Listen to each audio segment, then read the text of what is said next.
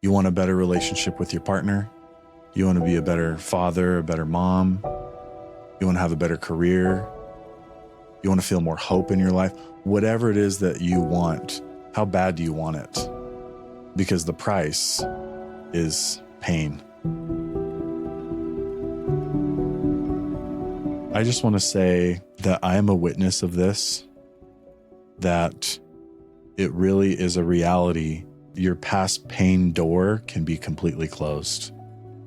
What would you say to somebody that's like, spiritual teacher, is this really going to be worth it? I think that in order to know whether or not something's worth it, you have to. Acting on emotions as guides to truth. Stillness. Surrendering to what is. Seeking. Using my gifts with purpose. Light. This is the emotional blueprint.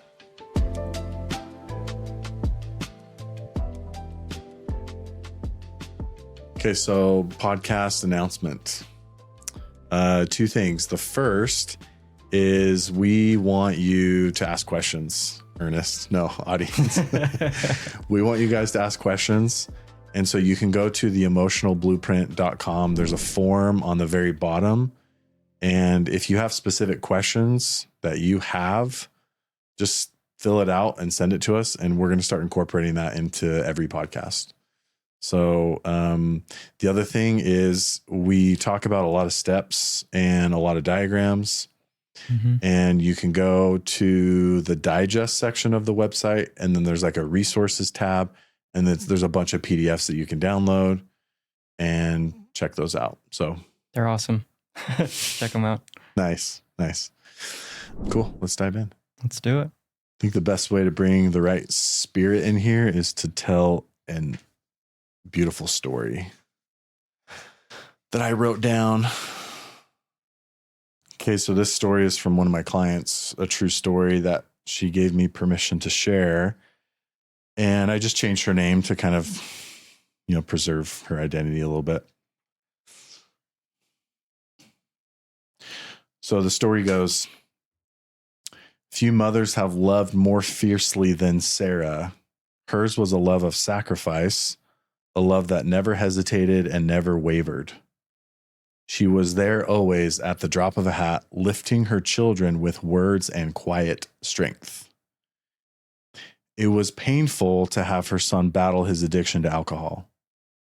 Her son Isaac carried deep wells of emotion, raw, creative, and full of life. Music, skateboarding, and friends filled his days, but inside he battled shadows of sadness and shame. Words unspoken and burdens heavy to bear. Over time, those unhealed wounds grew heavier. One night after drinking, Isaac opened up with his girlfriend. Sensing his distress, she stepped away to get help. When she returned, Isaac was gone. He had taken his own life. The news shattered Sarah, his mom.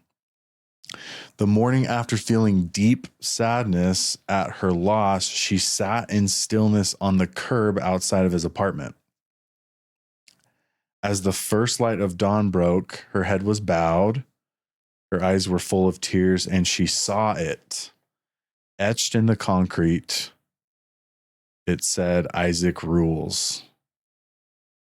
The sunrise hit the letters, illuminating them like Isaac's spirit himself was tracing those letters from his soul. In that sacred moment, her grief lifted, if only for a breath. Love, unbound by time, wrapped itself around her. She knew Isaac's spirit was not lost, but healing. He was on a journey toward peace, just like she was. And in that stillness, she felt it, a peace beyond all understanding, and one that spanned past, present, and future, a bridge of truth unbroken. I love that story. I love it more because it's a true story and someone that I know who's an amazing woman. And any thoughts, man? initial thoughts on that? Something that I've had a few conversations recently about is how hard sometimes it is to see the blessings that come from suffering. And when we're in pain, like how those things can sometimes be the most powerful messages that we get. I think it's just really beautiful that to know that God's always watching, that he's always trying to bless you.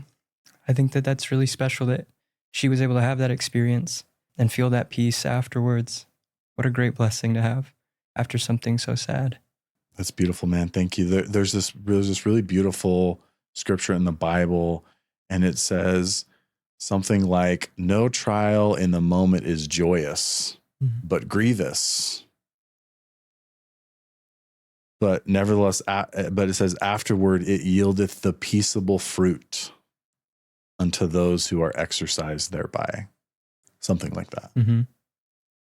So all of us need to hear stories like this because it reminds us that feeling and going towards our pain is worth it. It's never worth it in the moment. It's grievous. Mm-hmm. But afterward, it yieldeth this peaceable fruit. And so we're going to talk about what that peaceable fruit actually is. We're not saying it's like one or a few things, but there's some general gifts that come when we feel pain. And it's so good to know what those are. Yeah. So my first question for you, sir, is Let's hear it. What are the gifts that come from surrendering to pain and feeling it? I think one of my favorite ones is vision or sight. You get to see things as they really are. When you look through pain or work through pain, you get a chance to clear the proverbial fog and see what's past that. That's something that pain can give you. Through pain, you can gain new perspective. Something else that pain has given me in my experience is an increase of love or capacity for other people. That one's really important. I think in being who I'm supposed to be, I need to continue to increase my capacity and serve and help, and that fulfills me. So I have to go through pain to get there. Mm-hmm. Those are two beautiful ones. Let's talk about both of those just for a second because they're so good. The first is just from feeling pain and beginning to let go of it, we are blessed with the gift of vision. I love the metaphor of a seed. Mm-hmm. A seed is planted in the ground. It can't see anything. And it has to break out of its shell. So just imagine us, there's a shell over us. We are a seed in many ways. And when we feel pain, we begin to break out of that shell and to grow out of the ground. And there's no limits to how high we can grow and how much we can see. I love that metaphor because it's always so interesting as a therapist to see like where are people at in that seed process, in that growth process. Are they still in the ground, encased in the seed, or so that's always been a powerful metaphor for me. Yeah. I love the imagery of like the dark earth, this dark, damp earth that you're in and you're pushing out and you can reach up and the whole, like, what do you get out of the pain, outside past the pain? You get to see the sun. You get to have your face, like the sun on your face, so to speak, when you blossom. Wow. And I just love that analogy. That's a good one. That's a pretty I never even thought of that because that's so beautiful because as soon as we start to feel pain, it's dark. We're in darkness. And it doesn't take long. Sometimes it's immediately after. Not always, but usually it's pretty soon after when we surrender to pain and we feel it that we grow out of the ground. And it's like, oh my gosh, it's like a secret new world. Yeah. Does everyone else know about this? Seriously, that's kind of how you feel. It's how you feel. Yeah. It's a great secret. And and what's beautiful, the other gift that comes from feeling pain is it actually creates quite a lot of humility. because the taller your tree grows, the taller you grow, the more you realize what you don't know. It's like you're actually gaining more wisdom, but through the process of gaining more wisdom, you realize, oh my gosh, how vast the world is, how vast knowledge and wisdom is. It's like, whoa, that's probably been, I've obviously only had glimpses of that in my life, like pieces of that, but that has helped me spiritually more than anything, is being willing to surrender to pain. And God knows I need more humility. So it's like, it's good, you know? Yeah. So that's another cool gift. I want to talk about the love thing that you said, but any other thoughts on what we're chatting about? Third gift that comes from feeling pain. And by the way, before we lay some of these other ones out, we are going to talk about what we haven't probably talked about enough is how specifically do you actually feel pain? How do you access it? That is coming up in just a moment, listener. So we haven't talked about that enough, and we need to break that down a little bit so that it's a little bit more applicable application to that. But the love thing is really cool, especially in, I remember talking to Kimberly in one of the earlier podcasts, and she said something like, every time you feel pain, it has to be replaced with something else to complete the healing process. And initially I'm like, I don't know if that's true, Kimberly. I actually, on the podcast, I'm like, I don't know if that's true. And then as we started to talk about it, I'm like, oh my gosh, like she's kind of blowing my mind right now. Like she's right. And it really opened up this visual that we've been talking about of pain. When we go through difficult pain or loss, it actually carves a hole out into our soul. Like a reservoir. And guess what? That hole never goes away. But we can clear the pain out. And so let's say you go through something really painful. I just keep thinking of Kimberly right now because she has.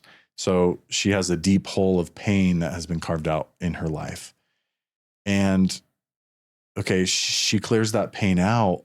It's really deep and that hole is there. But now she has a greater capacity to feel love. She's carved out deeper, allowing for more love. And I'm kind of botching it, but I wrote down something that just explains this better.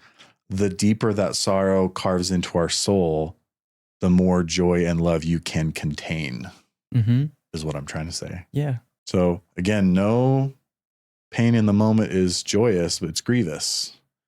But if you exercise it, if you feel it, if you let it in and you go through this healing process, it yields the peaceable fruit, I believe, is this added measure of joy and love. And this is why people are honestly able to feel grateful for their pain and their Trials suffering and things. Yeah. Well, I really love like when you really start to look at pain and you really start to learn about how to work through pain and everything, you start to, like you said, you start to feel some sort of gratitude that it's something that you can experience because of what it does for you. The idea, for me personally, I always think of analogies in relations to like a gardener or something like that.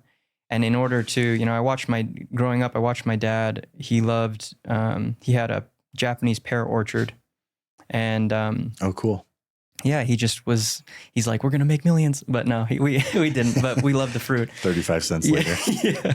But we spent like 2 seasons working on these trees. I watched my dad a lot, grafting and cutting down branches, pruning them, letting them grow correctly, not harvesting in the first season, but waiting for the second yield. Things like that about the process.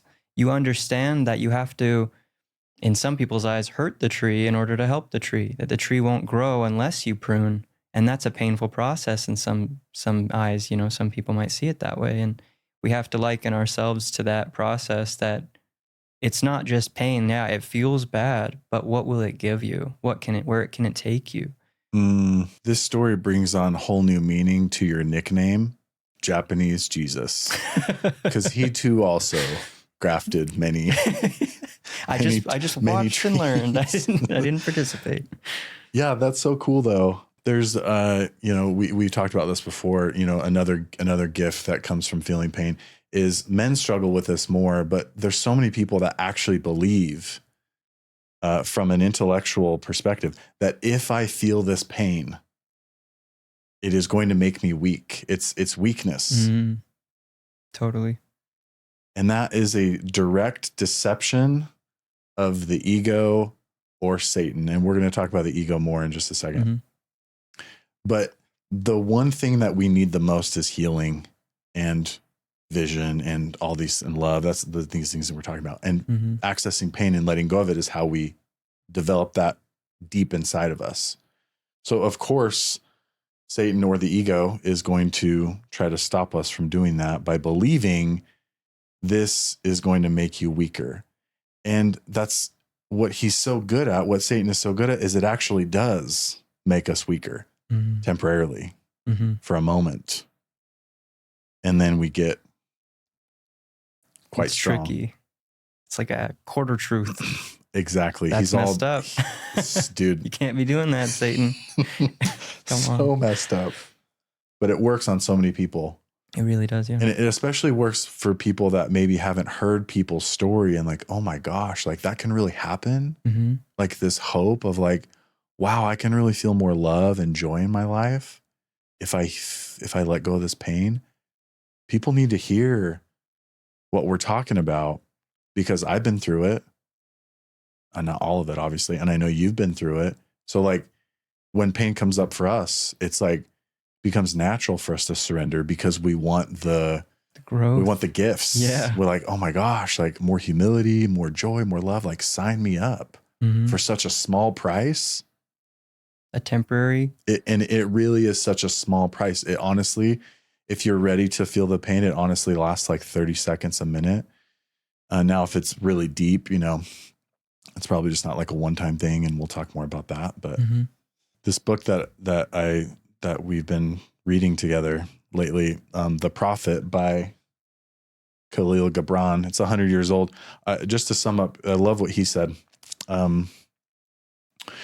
This is good stuff. He's talking about pain and he says, it is the bitter potion by which the physician within you heals your sick self. So pain is the bitter potion by which the physician within, which I think is our spirit, heals our sick self. It's really powerful. So he says, trust your internal physician and drink his remedy in silence and tranquility. For his hand, though heavy and hard, is guided by the tender hand of the unseen. So trust this internal physician, your spirit. Drink of his remedy in silence and tranquility. For the hand of pain, though it's heavy and hard, is always guided by the tender hand of God or the unseen. I think it's very interesting that he uses the word bitter potion, that he uses bitter to describe the potion. That's pretty realistic. It's very bitter. Yeah, it isn't going to be sweet like, to take. Imagine drinking something bitter. You're like, but it might make you feel better. Lasts like 5 seconds, the bitterness. Once that, like, you know how you're taking like those turmeric shots or something, like I hate those them. health shots. I took one today because I'm not feeling very good. And they burn a little, the little cayenne burn in the chest, and then it goes away after a few seconds, you know, and you're like, man, I feel better now. But it says to take the bitter potion in silence and tranquility. I don't know what else seems like humility to me, but that sounds like submissiveness and humility. Just beautiful words. The most sacred space I've ever been a part of personally in my life, in my own story, and with people that I've seen, is the most sacred spaces when we feel pain, when we choose to feel it. We really are. I wish we could see it spiritually, but I have seen it to some degree spiritually. We are literally held by hands of angels and these beautiful, sacred. It's a very sacred space. When I was 19 years old, I moved from Idaho to Utah and with my dad. And it was one of the first times in my life that I began to have more like silence and like, and tranquility. I left all like my party friends or whatever and moved to a new state in my dad's basement and had all this silence and tranquility. What began to start to emerge for me was this deep sense of like guilt because I knew I had been living a path of darkness for years, basically my whole life. And I haven't shared this experience very much. I remember this moment where this guilt was just like, I started going back to church a little bit, and this guilt was just like building and building. And it wasn't that it was building, it was like being uncovered. It was all stored and it was like just being uncovered. And I don't even feel like this was a choice, even though I looking back, it was. We always have a choice. But I chose to just like feel so horrible and feel so bad about, everything that I've done. It was like a genuine sorrow for people that I've wronged and the emptiness that I was creating. And I remember praying, and after I prayed, I just felt this heavy, like warm blanket, just this, it's like someone came behind me and just like hugged me from behind. And it was more real. It was just as real as someone physically coming behind me. And as soon as that hug embraced me, it was like an instant like rushing of, it just all went away. And I never smiled. And I remember walking around in the basement, just like this huge, huge, like eye to eye smile. And I couldn't get it off. And I'm like, I know who it was now. It was Christ. My life started to change after that. I sense that. I see that at least once a week at my job. It's like what the Native Americans say, that silence is a symbol of like respect and like reverence. When someone's feeling that, I'm forbidden to say anything. I've tried before. And like, it's just something beautiful is happening. If you don't believe in Christ or whatever, that's fine. But there's the reality is there's a real healing presence to it. It's real. It really does go away. It really is a sacred space. And the most sacred. And sacred things happen in those spaces when you let them. I just can never deny that experience and how just the contrasts of like how much pain I was feeling to just an exquisite amount of like joy. It was like, so, and that has never left me. My life, like I said, my life changed at that point. It's never been the same. I love this part of this gift of feeling pain strengthens our spirit to a point where it becomes more a part of us than our own physical self. Can you say that again? Yes. Feeling pain strengthens our spirit to a point where it begins to become more a part of us than our own physical self. So we're going to talk about this more when we talk about the ego, but how important it is to be connected with who we really are, which is not our physical body, which is not our physical self, but it is our spirit. And when we feel pain, we're entering that space. Yep. And it's like it's a strengthening. It becomes more a part of us. Any other thoughts on the gifts that come from feeling pain? I just think about what you just shared, and it's not just that your guilt was taken away, but you got to see what it is when it's not there. You got to see what is without that. And that's where this new perspective, a new joy came in and filled that space for you. Is there's something else other than this that I was feeling? Wow. And it's not bad. Wow. I have nothing but joy. I can't contain how happy I am that it's not this. I understand that feeling. I felt that. I think a lot of us have felt that. Just once you feel the relief, that in and of itself just helps you do something great with it because you have all this energy and you're happy that it changed and you feel this relief. And that's a special thing too, which is a very big gift that I believe that God gives you once you have gone through the pain. He lets you fill the space with what good there is out there. And it's a really powerful thing too. Just as powerful as the feelings of pain, those are maybe even more powerful, the feelings of joy that you get after. And Totally.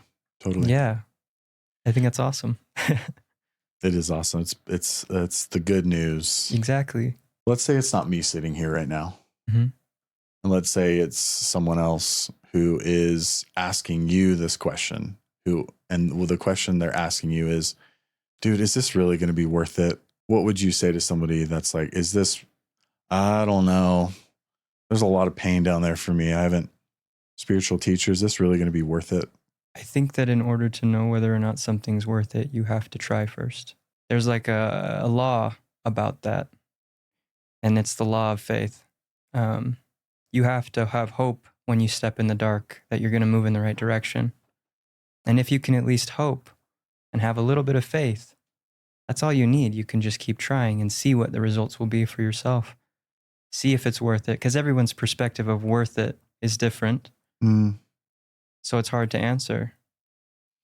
But when you have a little bit of faith, that will always have greater dividends than whatever the effort or the pain was that you had to go through. That's kind of a tough question. It's like, how much do you want what you want? Mm-hmm. You want a better relationship with your partner. You want to be a better father, a better mom. You want to have a better career. You want to feel more hope in your life. Whatever it is that you want, how bad do you want it? Because the price is pain. Mm-hmm. It always will be. It always has been and always will be. And in the world we live in now, it's become a lot more, the price is specifically a lot more emotional pain compared to, it's just a different time. It's not World War II. It's not the Great Depression. True. So it's more emotional. So it's the choice to how bad do you want it? If you want it bad enough, it'll feel like you don't have a choice. The desperation will be there. Which is a beautiful thing. That's how I felt when I was 18 years old. Same. I don't have a choice. I already know what my life is like when I'm not submitting. And I had no idea of that intellectually. I had no intellectual understanding of that. I just knew I wasn't happy. I had a lot of emptiness. My relationships sucked. And see if this works. And it did take a choice for me. Like the choice for me definitely was, I'm going to try something different. I had no idea it was going to lead to me feeling pain. That wasn't ever a part of the plan. I didn't know. I was just a kid. I had no idea what I was doing, but I just knew I was going to try something different. And then this is naturally where the path leads you. If you're trying to put yourself in a good situation to follow truth, it always will lead you to surrendering to pain. Change, yeah. And I love that. I think of it doesn't really matter if you think of it in a Christianity lens, if you're looking through that lens, or if you're looking through just life in general. How do people become extraordinary people? At some point, there aren't instructions, and they have to step through the dark and get there on their own and try and see what's out there and just want something different. Totally. And that's how I was thinking about this a few days ago, that when it comes to Christianity or God or Jesus and those things, it's sometimes they refer to it as an iron rod that you walk along with, to guide your path. And I don't think that the rod is always there. I think that there are moments where you're walking and you feel pretty confident, and then the rod stops and it's just darkness. And it's a test to see, are you going to keep walking forward, knowing you've already been moving in the right direction and hoping you're going to find the rod again when you walk that way. I think that this pain stuff is similar to that at some point you're going to have to, like you said, say, I want change. I know what this is and it sucks and I want something different. I'm going to see where that leads. And even if that's scary, or even if that's doesn't have instructions, I'm going to take a step and see what's out there. I think there's almost like a rule. some aspect that has to happen, and you have to take a step. Like, Couldn't agree more. Even as a seed must break, that its heart may stand in the sun, so too must you know pain. Even as the seed must break, so too must you know pain. Your spirit is kind of like a seed at the beginning, and it grows into the light, ideally. Or you can stay in the darkness. People that are in the dark don't know they're in the dark. yeah. You don't know you're in the dark until someone flips the light on. You're like, oh my gosh, like there's a couch in here. Yeah, exactly. There's like massage chairs in the corner. There's a squirrel just like eating nuts in the corner. Whatever. Yeah, it's beautiful. Mm-hmm. One last question. Well, you know what? These are good questions. I think we should go through a couple of these. Last thing that I think is important as we wrap up, like what gifts come from it. How does feeling pain, how does allowing ourselves to feel pain, how does that lead to less fear in our life? How does experiencing pain How does decrease our fear? willing to submit to pain and feel it and let go of it, how does that help us feel less fear in our life? I mean, first thing that I think of is the definitions of fear, and what takes away fear. And I think that ties in with how you deal with pain. They're both pretty rooted in the truth. Mm-hmm. And if you want the pain that you're going through to be something that can be filled with something great, that space can be filled with something good, you follow the truth of things while you're working through your pain. I don't know any other way to get out of my pain than looking for the truth of the situation, of what I'm doing, of my surroundings, the worldview, my view, all that stuff. Just looking for the honest to God truth on things. And I think that when you start looking at truth more often, you start questioning your fears more often. Because once I got a grip on truth and like how important it is to just know the truth of things, then I was able to attack things that I questioned more easily. Because yeah, so that's really cool. I never thought about it that way, actually. It's like kind of what we we're going back to earlier. When we feel our pain, it actually that internal fog, the seed breaks out of the ground, and now it can see things more for the way that they really are. Can you, like, how many people are in the ground, they're still in their seeds, and they're like, trust me, it's not that great out there. Or like, trust me, like, you don't want to walk that way in the sun. You want to walk this way. If you want to get rid of fear, fear is just lies of the future, lies about the future, how you see it, all that stuff. So get a better grip on the truth and you can combat the fears more easily. That's like kind of how my brain processes that. But I like this side of it too, which is think about the things that most people are deeply afraid of. They're afraid of loss.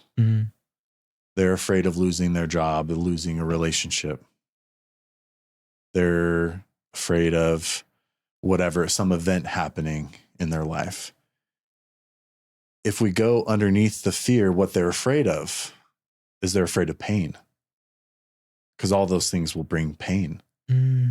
But if you start having experiences that I know how to submit to pain, I know how to let go of it, I don't have to be afraid anymore. I can deal with that. There's nothing that, like, okay, my whole fam, I love my girls. I love my kids more than anything. My wife, they're so awesome.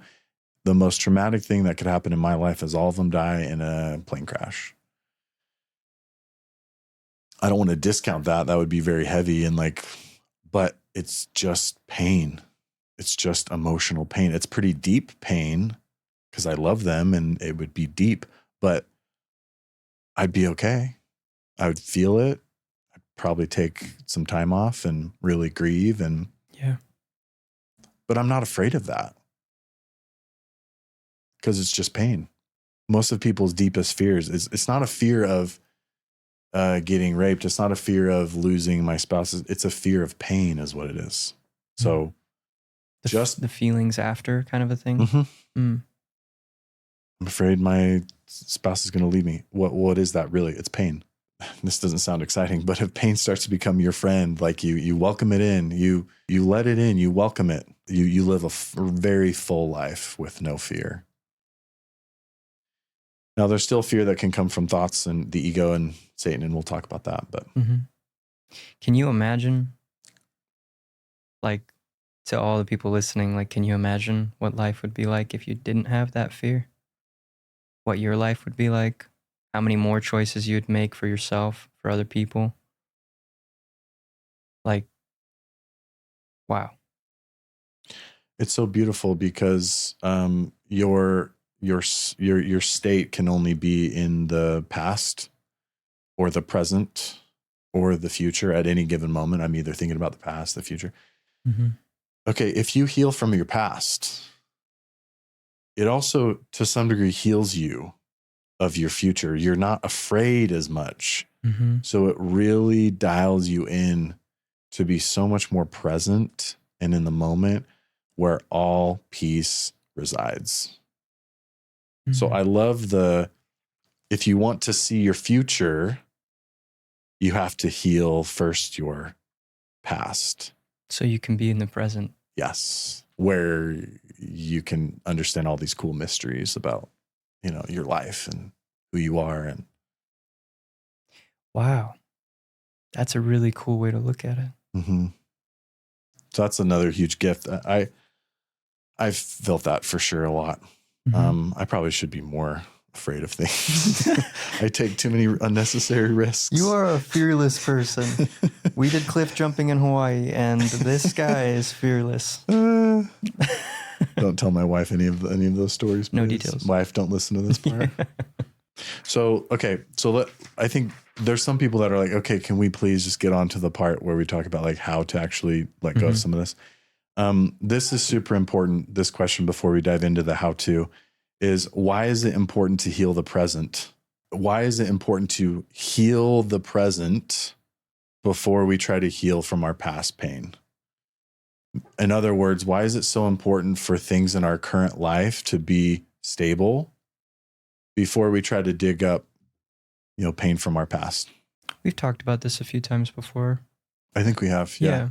First thing that comes to my mind is like, it's really hard to add extra to your life when you're not balancing your current life.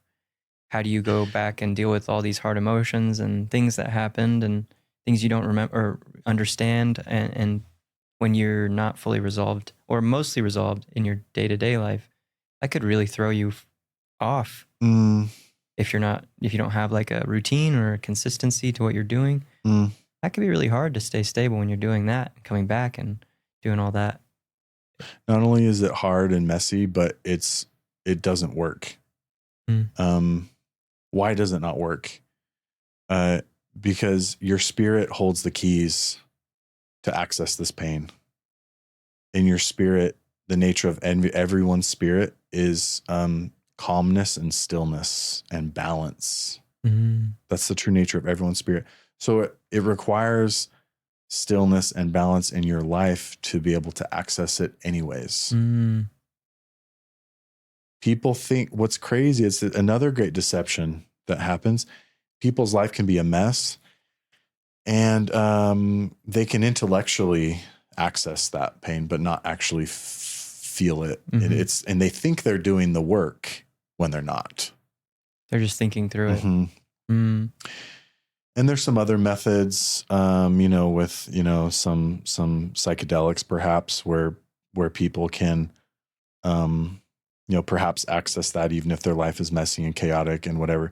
But there still has to be this surrender to it out of that state, I believe, is what I've seen. I don't want to discount any of that stuff because I've seen it be beneficial for people. Totally. For sure. It can show you things. So there's three things that I've seen what does it mean to heal from the present before going and digging up past pain and feeling that? Well, so you need awareness. Awareness is key. You need to be aware of where you need to be aware. And I love what you said earlier. You need to be aware and honest about where am I actually at right now? Am I actually balanced? And how do I know if I'm balanced? Well, the other part of this is your emotions will tell you. Every emotion is your body trying to tell you what you need. Mhm.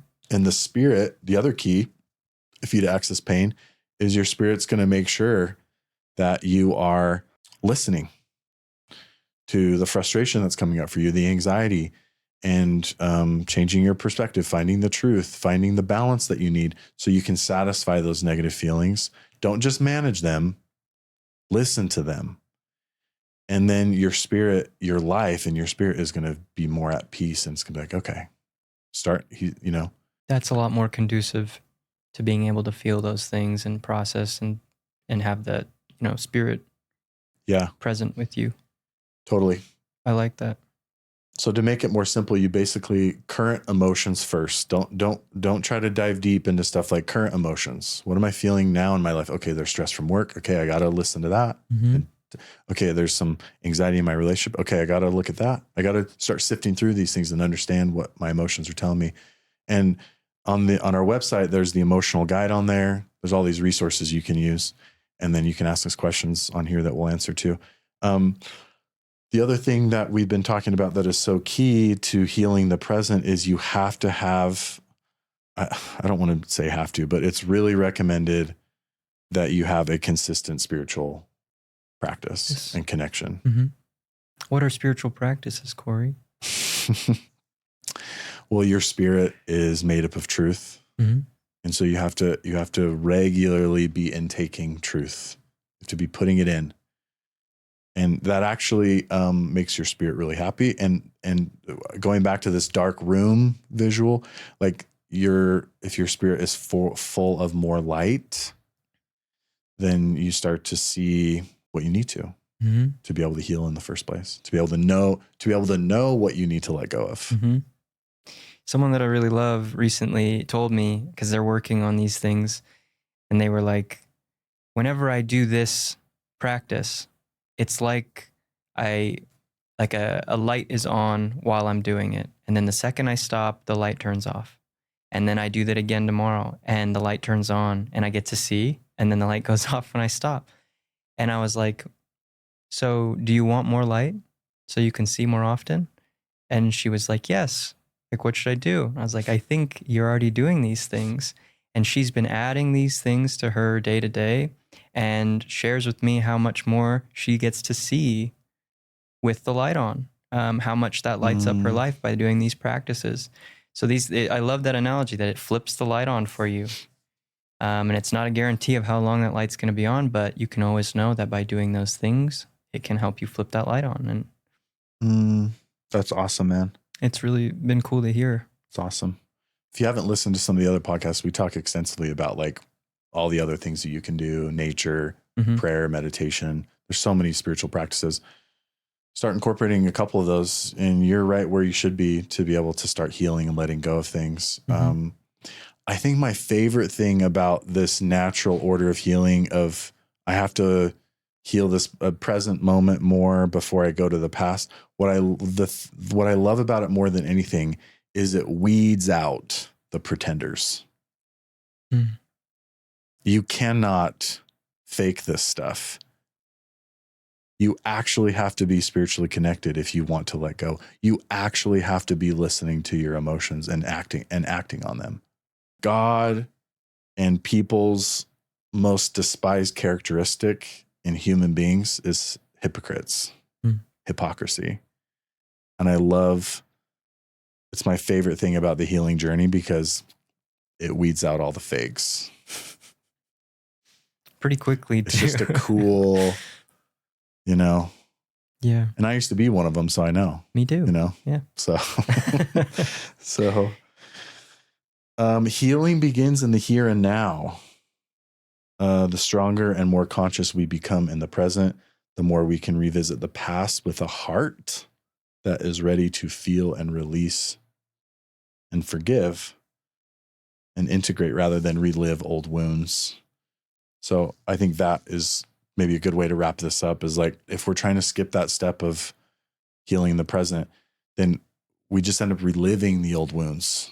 It's the cycle of suffering. And in Buddhism, I'm actually swimming against the current because the current is first going to take me to the present moment where I need to connect spiritually and I need to listen to my emotions. Mm-hmm. And then it will take me to the past. And then it will take me back to the present where I am pain free. I can just be. It's a beautiful spot. It's a beautiful spot. I just want to say that I am a witness of this, that it really is a reality that your past pain door can be completely closed. If your past door is completely closed of pain, what is there left to do other than just be in the present moment and feel the peace that is there, and to go out and help other people and to just live this full life? It's beautiful. It's a beautiful thing. So, any other thoughts before we talk about steps to let go of pain? Let's get into them. Okay. I'm spiritually connected as best as I can for now, and I'm listening to my emotions. I'm feeling pretty balanced. I'm feeling pretty good. Now I'm ready. How do I actually access this pain from a year ago, 10 years ago, 10 days ago? Mm-hmm. I just want to say what Adam said on our last podcast was beautiful. He said, what's more important than skill is who you are and the strong desire. 90% of this is if you really want to access that pain, it becomes pretty natural and instinctive. Like our spirit knows how to heal. I love my 2-year-old daughter. Her name's Sage, and when she falls all the time, she runs around like crazy and just falls, and she has bruises all over her back. We're like, what? But when she falls hard, what's very natural and instinctive, like think about it, she falls and skids her knee on the ground. What is the first thing that she's going to do? She's going to cry. Probably. She's going to feel the pain. Mm-hmm. And then what's the next thing that she's going to do? She's going to say, mommy, or dad. And then she's going to run and receive this comfort. Mm-hmm. And then what do you know? And we put a Band-Aid on it, Mm-hmm. All better. You'll be okay. Yeah. And she's totally fine. Right? Runs back up, falls again. And falls again. Same thing 2 minutes later. So it's so beautiful. Younger kids are so much closer to that spirit, their spirit, than we are as adults. So we can learn a lot from how they heal. Mm-hmm. It's the same process, the same steps. But we've just what's changed then? Well, the ego or Satan has taken over and deceived us quite a bit more than we think. And then we're more stuck in thinking who we are as our actual physical self and not this pure spirit. Yeah. So it's natural and instinctive if you're ready and if you're really there, but these can be some helpful steps. The first step to bring up pain is you want to identify the event or the relationship. So what is it specifically connected to? Now, if you were listening to your emotions before, you would have had maybe triggers come up from your past. And the whole point of a trigger is to ask yourself, okay, what is this connected to? And where is this coming from? Mm-hmm. So reflection is necessary. You can play some catch up on that. Okay, what is this really connected to? Is it my mom? Is it my dad? Is it an event? I'll say this is where it's really helpful to have a guide. I needed a guide. I'll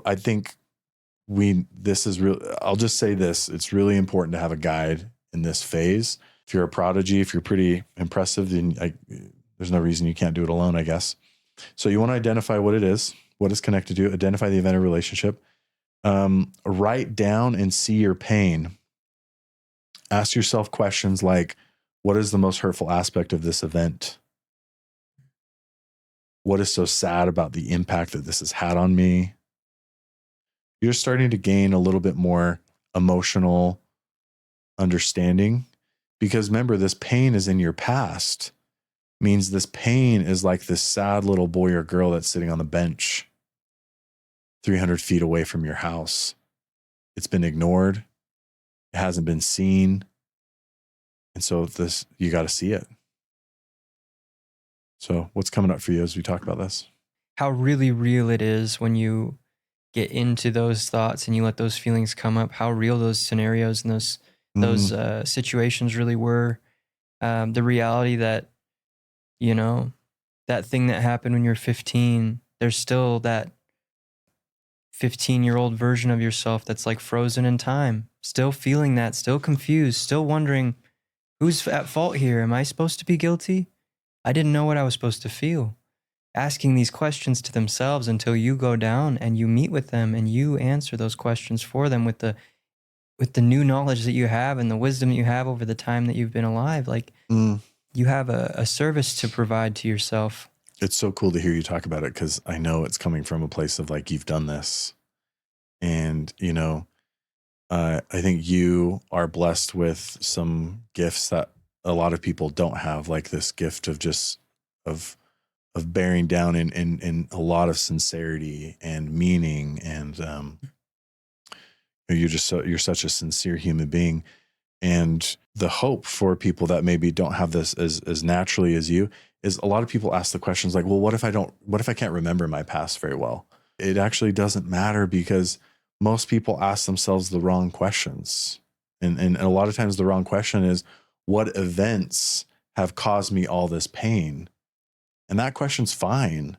But really and they're trying to like, well, I can't really remember the events. Like, yeah.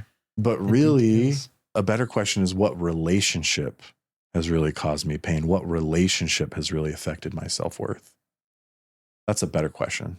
Like we talked about last time, it's not all parents. Most of it, from my experience, but what relationship has really affected my worth or who I am? That's a great question. And the cool thing is you don't have to be able to see the pain sitting on the bench. You don't have to remember all these specifics. You just need to be able to create a narrative that is, I've even made stuff up, but it's visuals that I've kind of created, but they're in line with what I was really feeling when I was 15. Mm-hmm. The visual of, I don't know, really wanting to connect with my dad, and, this visual of my dad turning his back and walking the other way, that actually didn't happen, but maybe to some degree that's how I felt. And so that the pain will be like, he's doing it. Mm-hmm. He's really seeing me after 10 years, after 20 years. And so the pain will start to get really closer to your door. And what really kind of solidifies you being able to bring this up and feel it is you turn this into a visual. There's many ways to do this. I'm not saying that this is the only way, but this is a universal way that seems to work pretty well, is if people can start to watch this narrative like a movie. Mm-hmm. And that really brings the pain alive, and it rushes. Totally. Because it wants to leave your body, but your spirit won't allow it to unless you see it for what it is. Mm-hmm. It's just got to be through the proper channels. Yep. That's beautiful. It's got to be through the proper channels. And so visualize it. And then once you visualize it and are really, the cool thing about visualization is a lot of things, but we don't have to go into detail, is it helps you stay very focused and present. And it just makes it very real. And then once you start to visualize it, the pain will start to emerge within and that's good. And it can feel like a bitter poison. It can feel really uncomfortable. And your natural reaction is going to be to start thinking about something, orange juice. Yeah. Whatever, anything. Yeah. Or, whatever. So this is a really key moment in the healing journey. This is a really key moment, because your body or your spirit can only do one thing at a time. It can only either think or feel. So if you're thinking, you're not actually feeling.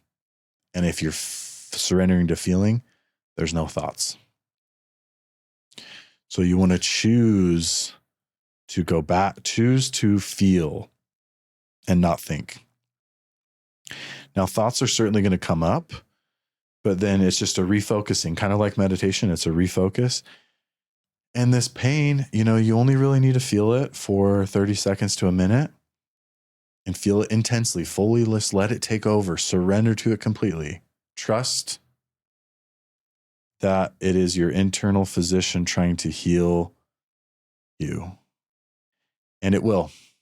And you might need to go back to it a few times, depending on how deep it is. But after one time, it's like it goes from a 9 to a 6, 6 to a 5, 6 to, 4 to a 3, whatever. The goal is to get it down to like a 3. Mm-hmm. That's enough to be able to move on to the next step, which is learning the deeper lesson.